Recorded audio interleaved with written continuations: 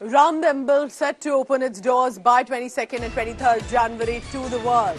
But before that, political showdown has escalated, and how? Remember, after the Communist Party saying that this is all being used as an event for religious purposes by the Modi government, now Samajwadi Party has also jumped in, slamming the politics on Lord Ram. Samajwadi Party's ST Hasan has said, and I'm quoting him here, wrong to do politics on Lord Ram. They are demolishing mosques in the name of Lord Ram. Ram belongs to everyone. Why is one party doing politics on it and they are demolishing mosques in his name? Listen in to what ST Hasan has said.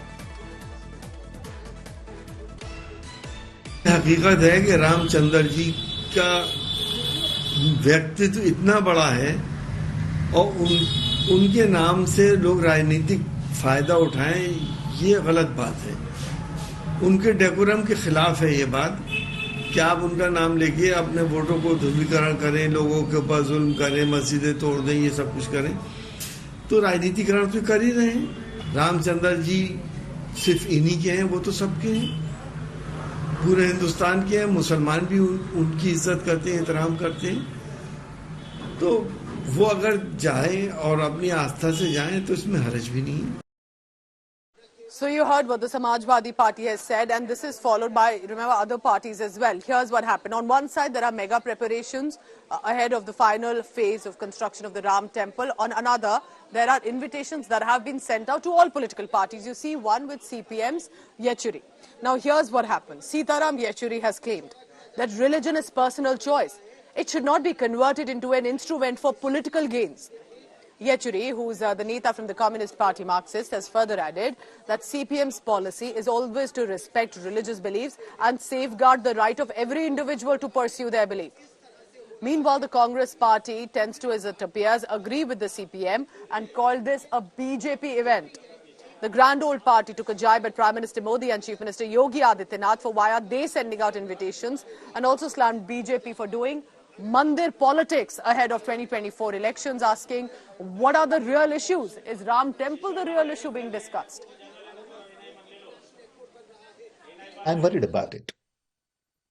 I'm worried about it because I see too much importance given to religion. I see that democracy is being undermined. When Prime Minister of a country for 10 years does not give a press conference, that bothers me. When everyone thinks that everything good that happens in the country is only because of Prime Minister, that bothers me. When Prime Minister has no problem giving name to a national stadium on his own name while he's alive, that bothers me. So there are signals I'm getting which says we are on wrong direction. When nation is all involved in Ram Temple, Ram Mandir, Diya Jalao, okay, that bothers me. देखिए, येचुरी की बात बिल्कुल ठीक है।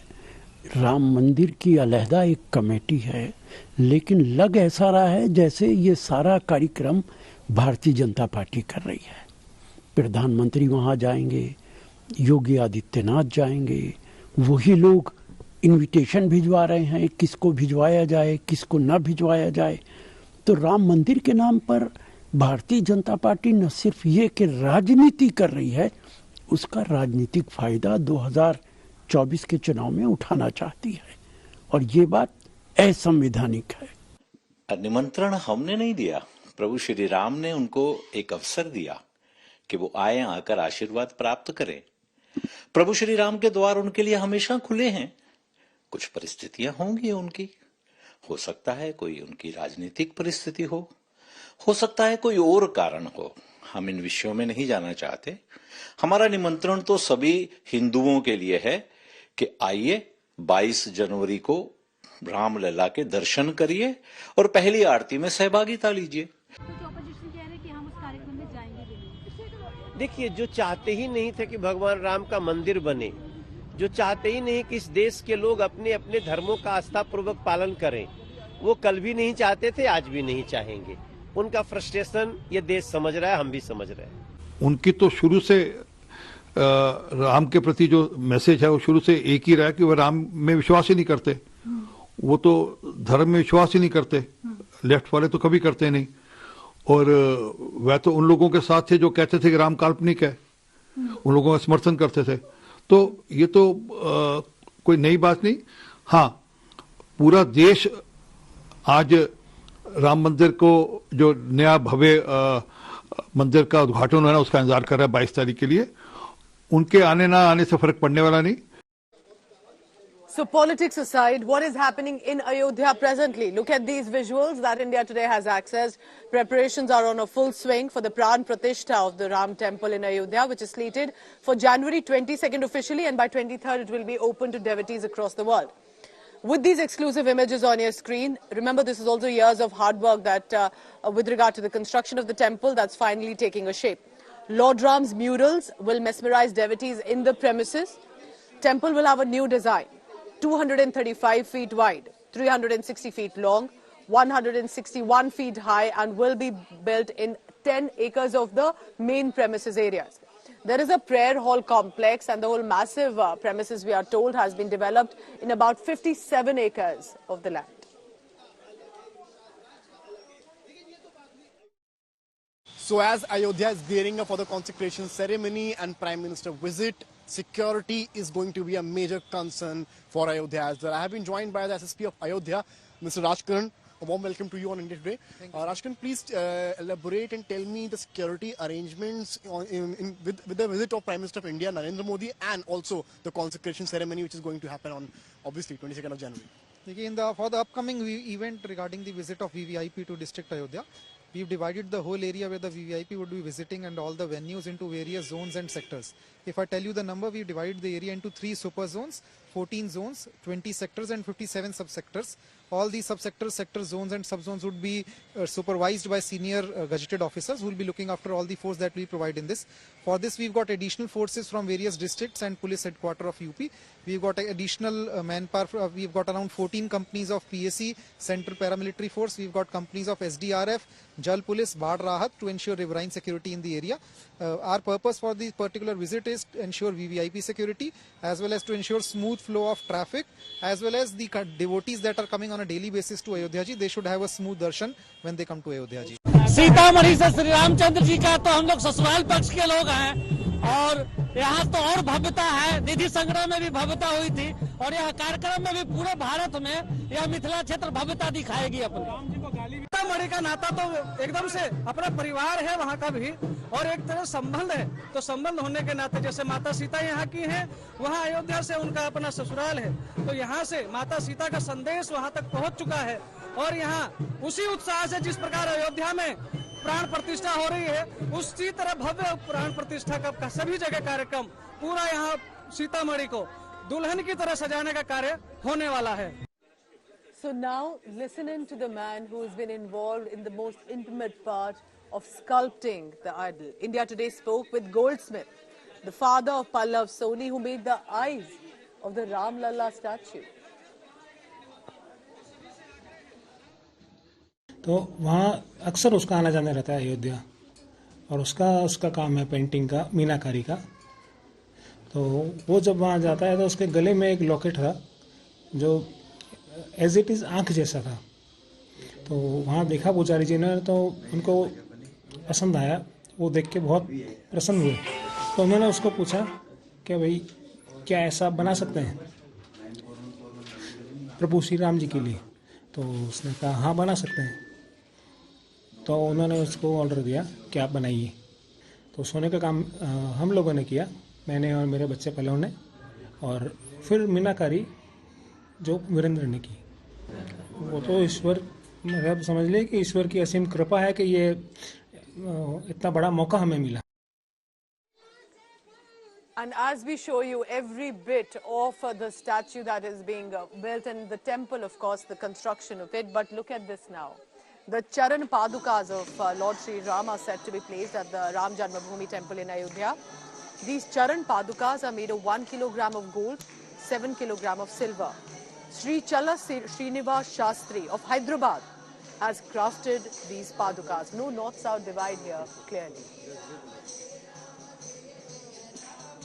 यहाँ पर आप देख सकते हैं कि दो पीठा जो चरण पादुका है यहाँ पर एक है और अंदर की तरफ और एक चरण पादुका यहाँ पर रखा गया, जहाँ पर जो घर के लोग हैं, घर के निवासी है, वो यहाँ पर आरती करेंगे और यहाँ से लगभग इन्हीं तरह से जो छोटे छोटे घर हैं, कॉलोनी एरियाज है, हर किसी के घर में ये चरण पादुका जाएंगे और जिसके बाद यहाँ पर जो है यहाँ से अयोध्या के लिए ये चरण पादुका रवाना किए जाएंगे। बात करते हैं यहाँ के घर के निवासी से कि उनका क्या यहाँ पर कैसा वो महसूस कर रहे हैं कि उनके घर पर यहाँ पर जो है अभी यहाँ पर पूजा अर्चना चल रही है, पूजा कर रहे हैं घर के निवासी। और इसके बाद बात करेंगे कि कैसे महसूस कर रही है यहाँ के लोग जो इन कॉलोनी एरियाज में, इन घरों में अपने आप को कैसा महसूस कर रहे हैं। मैडम आपका बहुत अच्छा, मेरा नाम लक्ष्मी है और सुबह से हम लोग ऐसी घर घर जा रहे और बहुत अच्छा है।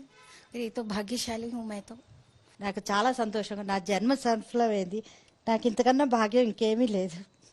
तो ये मैडम ये बता रही हैं कि ये बहुत खुश है, बहुत जो है इमोशनल हो गई हैं, लेकिन इनका ये बताना है कि इस जो है सेवा में इनकी भूख प्यास का इनको अंदाजा नहीं रहता है, भूख प्यास नहीं लगती है इस सेवा में, तो बहुत ज्यादा खुश है और बहुत आनंदित महसूस कर रही है। कैमरा पर्सन दामोदर के साथ अब्दुल बशीर, हैदराबाद। श्रृंगेरी से अयोध्या, हम ये अयोध्या में समर्पण करने के लिए हम जा रहे हैं। इसका बीच में हम 1 करोड़ घर जाके वो घर घर में उसी के पास पूजा करने का हमारा संकल्प है। अभी तक हम 78 लाख घर जाके पूजा किया है। कौन से राज्य में अभी तक ये सफर हुआ है और आगे कौन से राज्य में सफर होगा? हम ये पहले श्रृंगेरी, कर्नाटका श्रृंगेरी में स्टार्ट किया था। तब हम 4 राज्य को प्लान किया, कर्नाटका, तमिलनाडु, केरला, आंध्रा, ये सभी खत्म करके हम नॉर्थ साइड जाने का प्लान था। लेकिन ये 4 राज्यों में हमको 1 करोड़ घर पूरा हो रहा है। 22 जनवरी तक हम ये 1 करोड़ घर जाके ये पूरा अयोध्या में समर्पण करने का निर्णय लिया है।